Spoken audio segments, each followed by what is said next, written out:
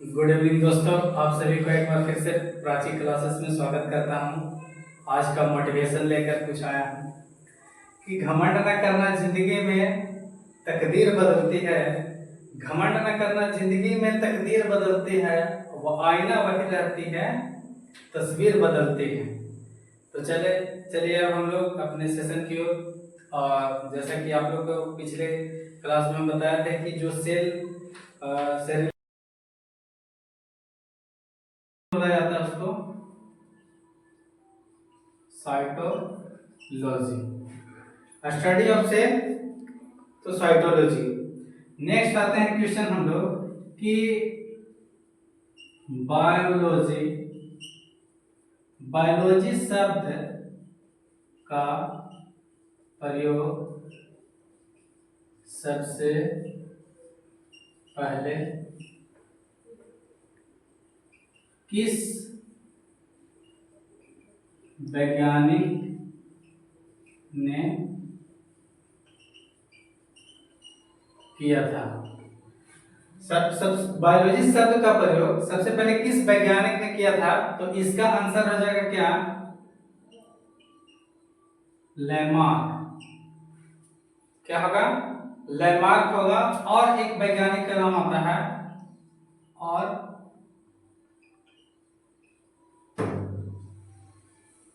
ट्रेवेनर। ये दो वैज्ञानिक मिलकर क्या किए थे? तो बायोलॉजी शब्द का प्रयोग किए थे। नेक्स्ट आते हैं हम लोग क्वेश्चन कि सबसे पहले अब सेल आता है, तो बताया था आप लोगों को क्लास में कि सेल का खोज किसने किया था?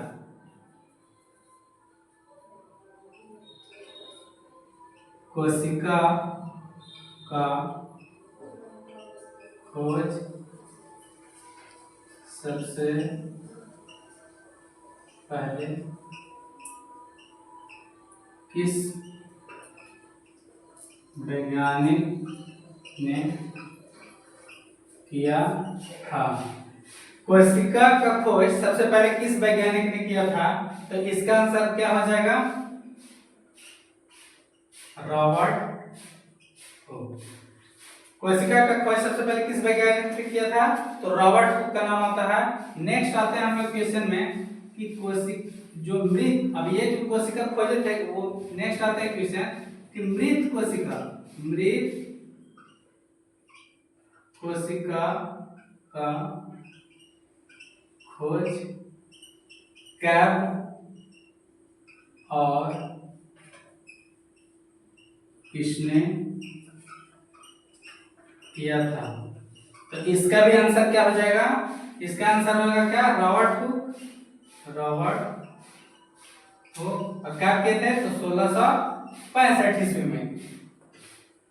नेक्स्ट आता है क्वेश्चन हम लोग कि जीवित कोशिका का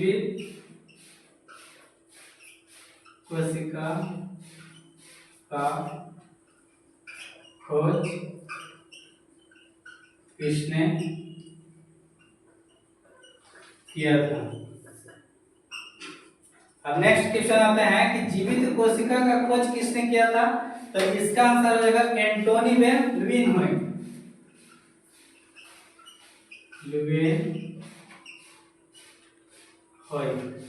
का नाम आता है।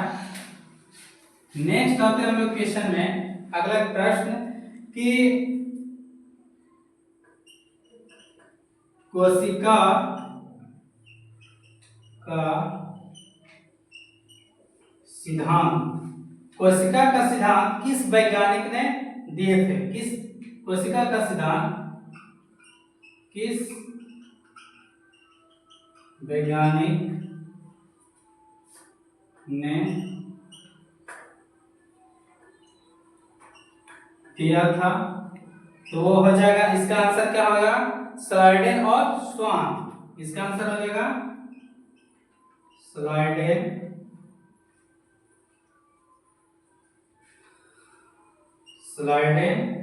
और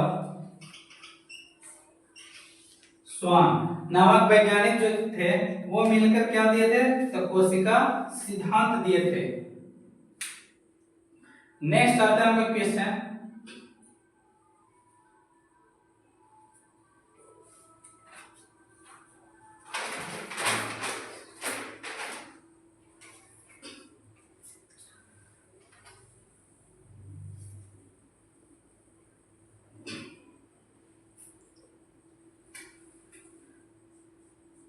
नेक्स्ट आते हैं कि सबसे बड़ी कोशिका क्या होता है।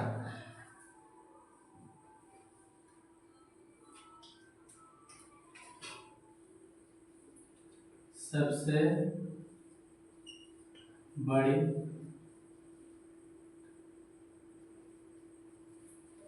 कोशिका, सबसे बड़ी कोशिका क्या होता है, तो उसका आंसर क्या हो जाएगा, शुतुरमुर्ग का अंडा। शुतुरमुर्ग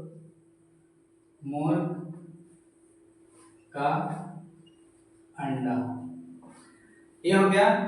अब नेक्स्ट आता है क्वेश्चन कि सबसे बड़ी हो गया कोशिका और सबसे छोटी कोशिका, तो सबसे छोटी कोशिका किसे कहते हैं, सबसे छोटी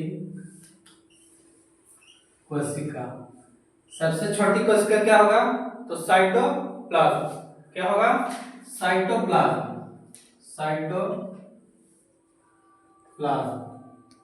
साइटोप्लाज्म, ठीक है। नेक्स्ट आते हैं हम लोग क्वेश्चन,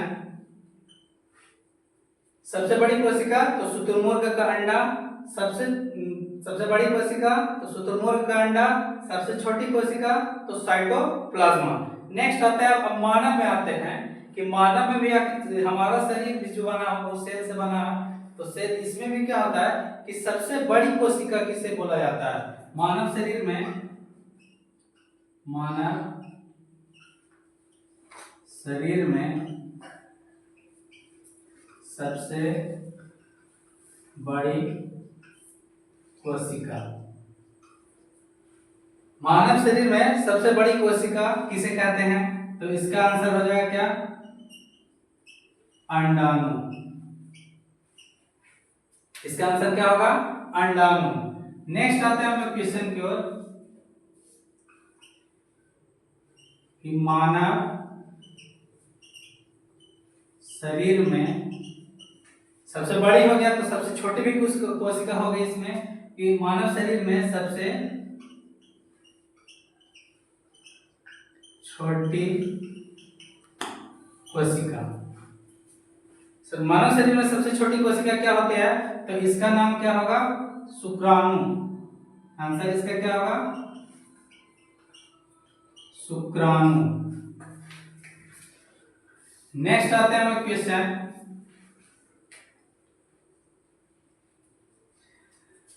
कि मानव शरीर में सबसे बड़ी हो गया, सबसे छोटी भी हो गया, अब क्या होता है कि मानव शरीर में सबसे लंबी कोशिका क्या होती है, इसके बारे में कि मानव शरीर में, मानव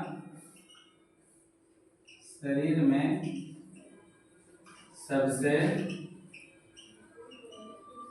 लंबी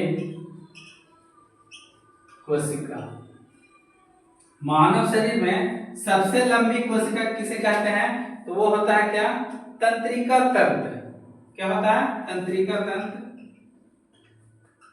तंत्रिका तंत्र,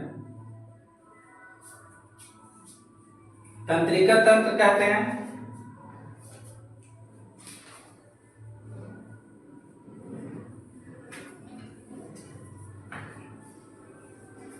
नेक्स्ट आते हैं हम लोग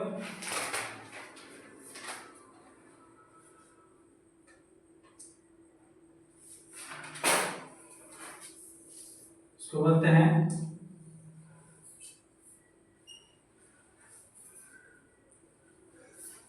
न्यूरॉन, न्यूरॉन बोला जाता है।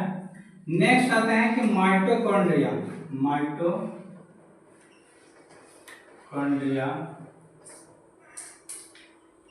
माइटोकॉन्ड्रिया के बारे में होते हैं कि माइटोकॉन्ड्रिया की खोज किसने किया था, माइटोकॉन्ड्रिया की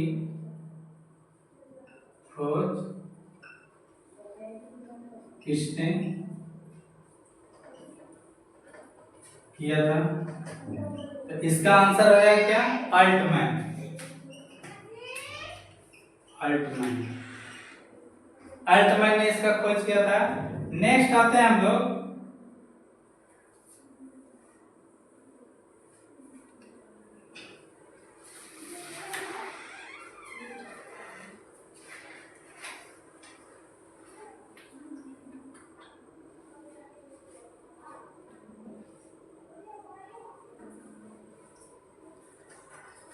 नेक्स्ट आते हैं हम लोग कि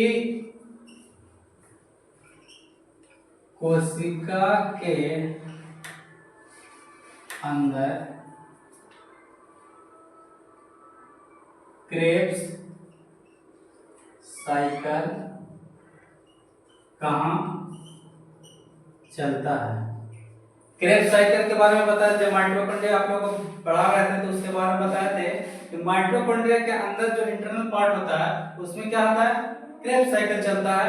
क्रेब्स साइकिल क्या होता है कि जब हम श्वसन क्रिया करते हैं तो उसके जो इस तरीके का संरचना बताया था कि इसमें क्या होता है कि जो ऑक्सीजन की उपस्थिति में क्या होता है, एक क्रेब्स साइकिल चलता है, जिससे क्या होता है कि एटीपी का निर्माण होता है। वो एटीपी कितना होता है, तो 38 एटीपी होता है और 38 एटीपी मिलकर एक ग्लूकोज का निर्माण करता है।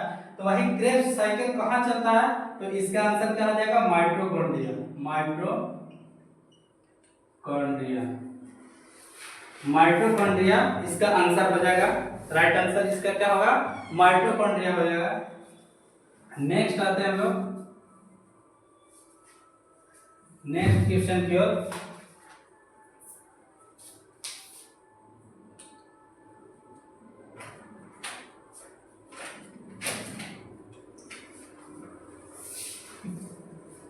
कोशिका का ऊर्जा गृह, कोशिका का ऊर्जा गृह किसे कहा जाता है, किसे कहा जाता है, कोशिका का ऊर्जा गृह किसे कहा जाता है, तो इसका भी राइट आंसर क्या आ जाएगा, माइटोकॉन्ड्रिया।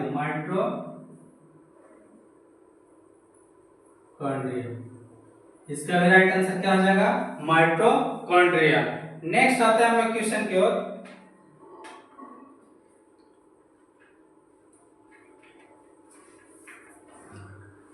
माइटोकॉन्ड्रिया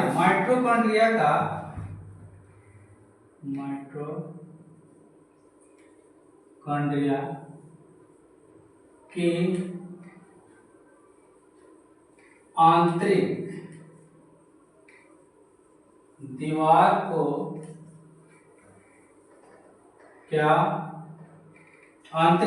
को क्या कहा जाता है, क्या कहा जाता है। माइटोकॉन्ड्रिया के आंतरिक दीवार को क्या कहा जाता है, तो उसका आंसर राइट आंसर क्या हो जाएगा, क्रिप्स हो जाएगा। इसका आंसर क्या होगा, क्रिप्स इसका राइट आंसर हो जाएगा। नेक्स्ट आते हैं हम लोग क्वेश्चन की ओर। नेक्स्ट क्वेश्चन की ओर आते हैं हम लोग। गोल्जी बॉडी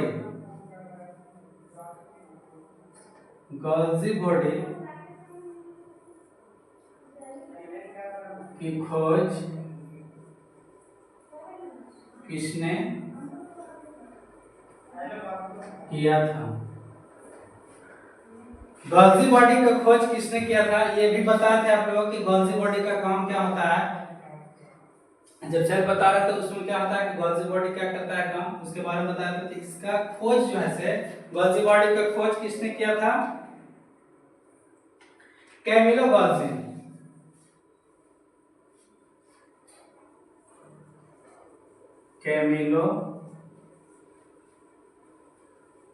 गोल्जी नामक वैज्ञानिक जो थे वो क्या किए थे, तो गोल्जी बॉडी का खोज किए थे। इन्हीं के नाम पे क्या रखा गया है, गोल्जी बॉडी नाम रखा गया है। नेक्स्ट आते हैं हम लोग क्वेश्चन की ओर।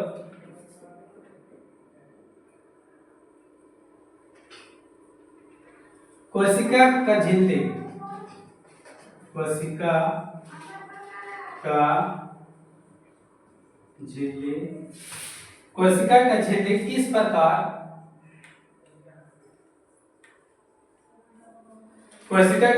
किस प्रकार के अणु से बना है, किस प्रकार के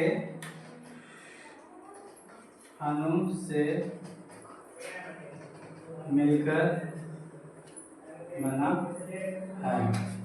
कोशिका का झिल्ली किस प्रकार के अणु से मिलकर बना है, तो इसका राइट आंसर क्या हो जाएगा, इसका आंसर होगा लिपिड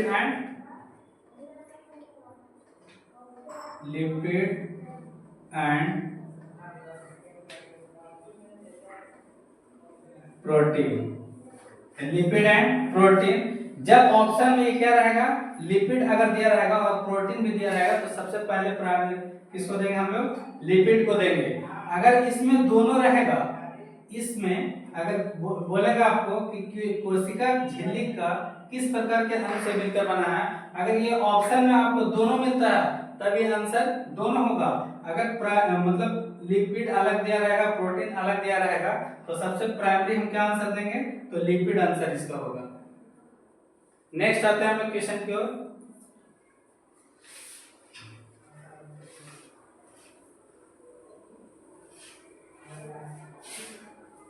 नेक्स्ट क्वेश्चन की ओर आते हैं हम लोग।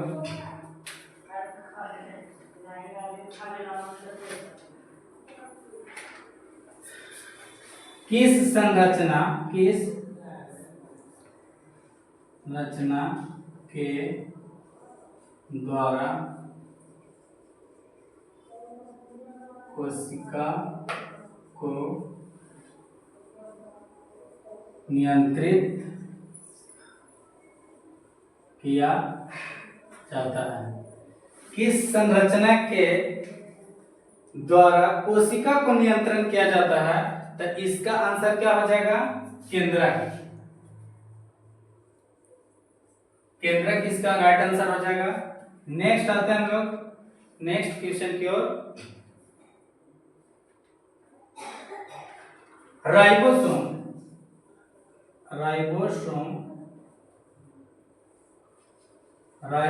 का नेक्स्ट आते हैं हम लोग कि राइबोसोम का कार्य क्या होता है? राइबोसोम का कार्य क्या होता है? राइबोसोम का कार्य क्या होता है? राइबोसोम का कार्य क्या होता है? तो इसका राइट आंसर क्या हो जाएगा, प्रोटीन संश्लेषण।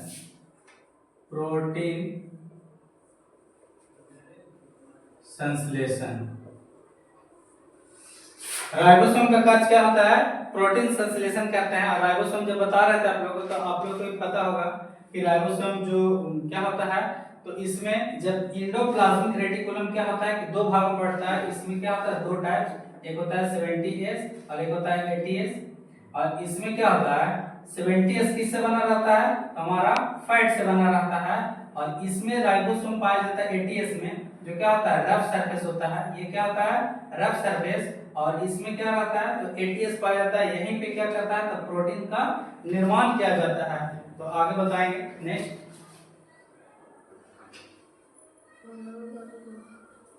नेक्स्ट क्वेश्चन की ओर चलते हैं हम लोग।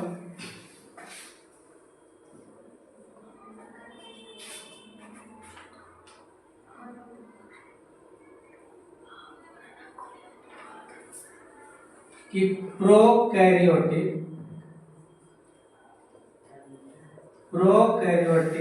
और यूकैरियोटिक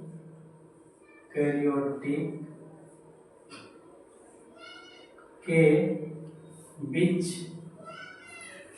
प्रोकैरियोटिक और यूकैरियोटिक के कोशिकाओं के बीच, प्रोकैरियोटिक और यूकैरियोटिक के कोशिकाओं के बीच क्या अंतर होता है? के बीच क्या अंतर होता है? प्रोकैरियोटिक और यूकैरियोटिक के बीच क्या अंतर होता है? तो इसमें भी आप लोग को बताया था प्रोकैरियोटिक और यूकैरियोटिक क्या होता है। इसमें मुख्य अंतर क्या होता है कि केंद्रक की उपस्थिति। इसमें आंसर क्या हो जाएगा, केंद्रक की उपस्थिति। इसमें आंसर क्या हो जाएगा कि केंद्रक की उपस्थिति। अब केंद्रक की उपस्थिति किसमें होता है, तो यूकैरियोटिक में क्या होता है, केंद्रक की उपस्थिति होता है। प्रोकैरियोटिक में कोशिका उपस्थिति नहीं होता है। नेक्स्ट आते हैं हम लोग क्वेश्चन की ओर।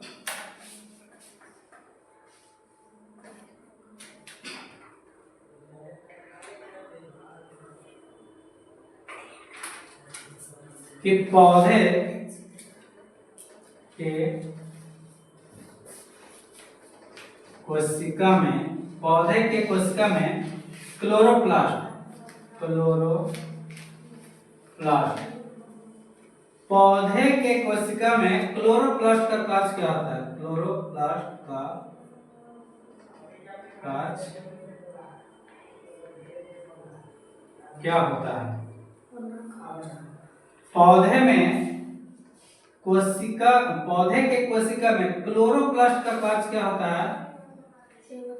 तो इसमें भी आप लोग को हम बताए थे कि क्लोरोप्लास्ट, ल्यूकोप्लास्ट और एक होता है क्या? Chloroplast, leucoplast. तो इसमें क्या होता है? प्रकाश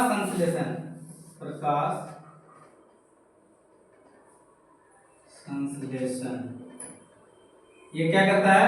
तो भोजन बनाने का काम करता है। और क्लोरोप्लास्ट एक होता है, ल्यूकोप्लास्ट एक होता है साइट। नेक्स्ट आते हैं हम लोग आगे क्वेश्चन की ओर।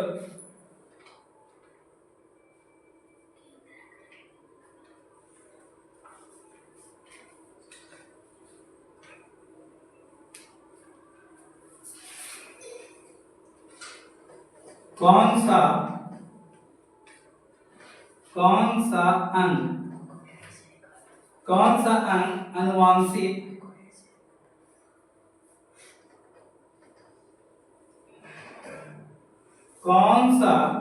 अंग आनुवांशिक जानकारी का वर्णन करता है? जानकारी का भंडारण करता है। इसका भी आंसर हो जाएगा क्या? केंद्रक। इसका आंसर क्या हो जाएगा? केंद्रक हो जाएगा। नेक्स्ट आते हैं हम लोग क्वेश्चन की ओर।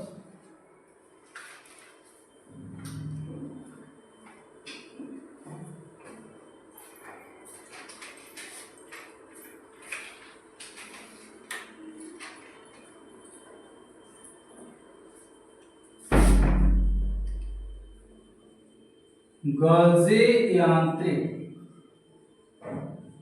का कार्य क्या होता है? गॉल्जी यांत्रिक का कार्य क्या होता है? तो इसका आंसर क्या हो जाएगा? परिवहन करना।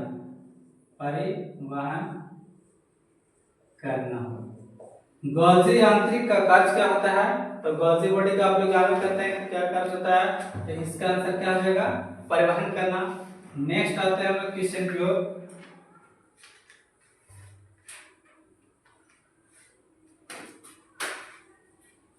कौन सा अंग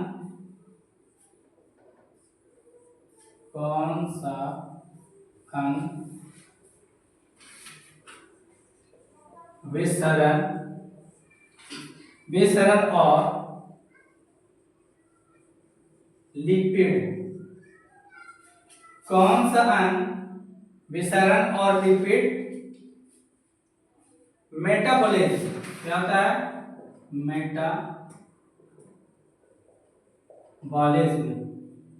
मेटाबॉलिज्म में शामिल होता है। मेटाबॉलिज्म में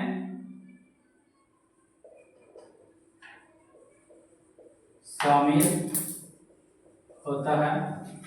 तो इसका आंसर क्या हो जाएगा? ER70S जो होगा ये क्या चीज से बना रहता है? तो फैट से। और ये क्या रहता है? तो स्मूथ होता है। क्या होता है? स्मूथ होता है। और ईयर का मतलब, ईयर का पूरा नाम क्या होता है? तो एंडोप्लाज्मिक रेक्टिकुलम। इतना याद कीजिएगा आप लोग। नेक्स्ट आते हैं हम लोग नेक्स्ट क्वेश्चन की ओर।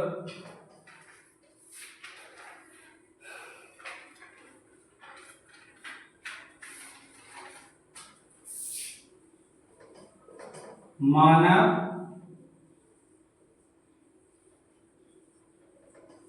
शरीर में लगभग कितने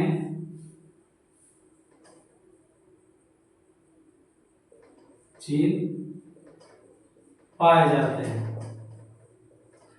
मानव शरीर में लगभग कितने जीन्स पाए जाते हैं? तो ये पिछले क्लास में बताया था कि लगभग कितना होगा?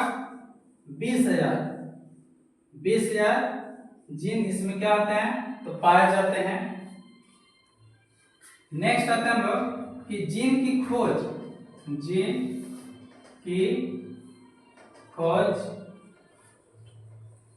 किसने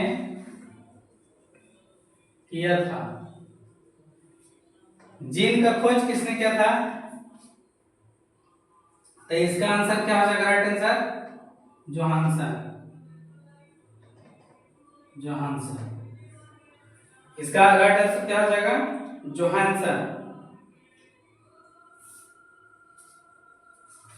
नेक्स्ट आते हैं क्वेश्चन की ओर।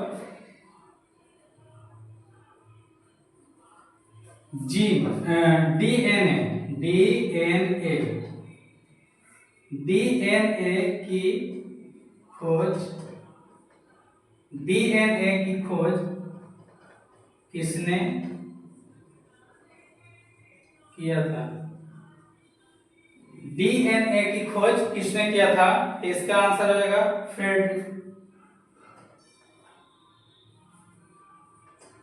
Friedrich Miescher. फ्रेडरिक मिशर ने किया था। और क्या किए थे? तो 1869 ईस्वी में 1869 ईस्वी में ये क्या किए थे? तो डीएनए की खोज किए थे। डीएनए का पूरा नाम क्या होता है? तो डीऑक्सीराइबोन्यूक्लिक एसिड। इसमें क्या होता है कि जो कल बता रहा था न्यूक्लिक एसिड, जो ये क्या होता है न्यूक्लिक एसिड में, इसमें क्या होता है? डी। तो डी का जो डीएनए हम लोग पढ़ रहे थे डीएनए, उसके बारे में क्या होता है? डीएनए का पूरा नाम क्या होता है? Deoxyribonucleic acid. और इसका जो खोज हुआ था सबसे पहले फ्रेडरिक मिशर ने किए थे। कब किए थे? तो 1869 ईस्वी में इन्होंने क्या किया था? तो डीएनए की खोज किए थे। नेक्स्ट आते हैं हम लोग अगले प्रश्न की ओर।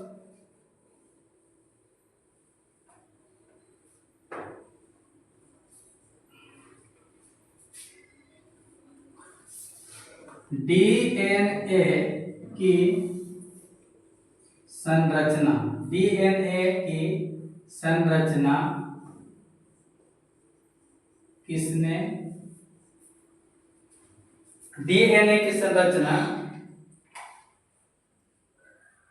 किसने किया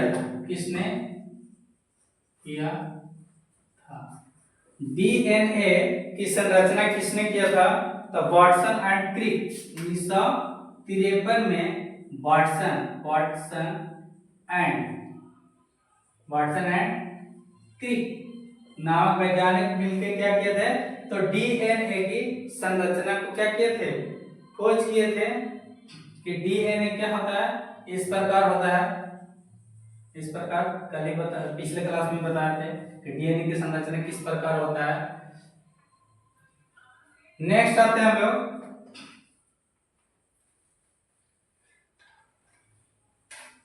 मनुष्य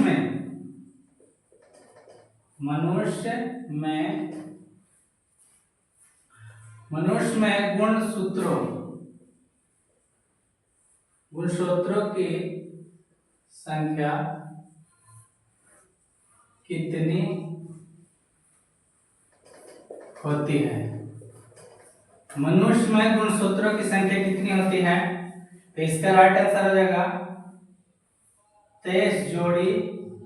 और टोटल कितना होता है? 46। और जिसमें क्या होता है कि ये जो 22 जोड़ी होते हैं, कितने जोड़ी? इसको गौर कीजिएगा कि 22 जोड़ी जो होते हैं वो क्या होते हैं? ये 22 जोड़ी जो होते हैं वो होता है ऑटोसोम। क्या होते हैं? ऑटोसोम होते हैं, जो क्या करते हैं? लिंग निर्धारण में इनका कोई अहम भूमिका नहीं होता है। ये क्या होता है? 22 जोड़ी जो होते हैं इनका लिंग निर्धारण में किसी प्रकार का कोई अहम भूमिका नहीं होती है। जो क्या होता है? ये 22 जोड़ी, उसके बाद क्या बचे? एक जोड़ी जो होता है वो क्या होता है? तो एक्स और वाई। इसी से क्या होता है? एक्स और वाई, ये इसी से क्या होता है? लिंग निर्धारण किया जाता है। तो ये 22 जोड़ी जो होता है इससे क्या होता है, ऑटोसोम होता है। और एक जोड़ी जो क्या होता है, एक्स और वाई पाए जाते हैं, इसी से क्या होता है, लिंग निर्धारण आगे बताएंगे अगले क्लास में। नेक्स्ट आते हैं हम लोग नेक्स्ट क्वेश्चन की ओर।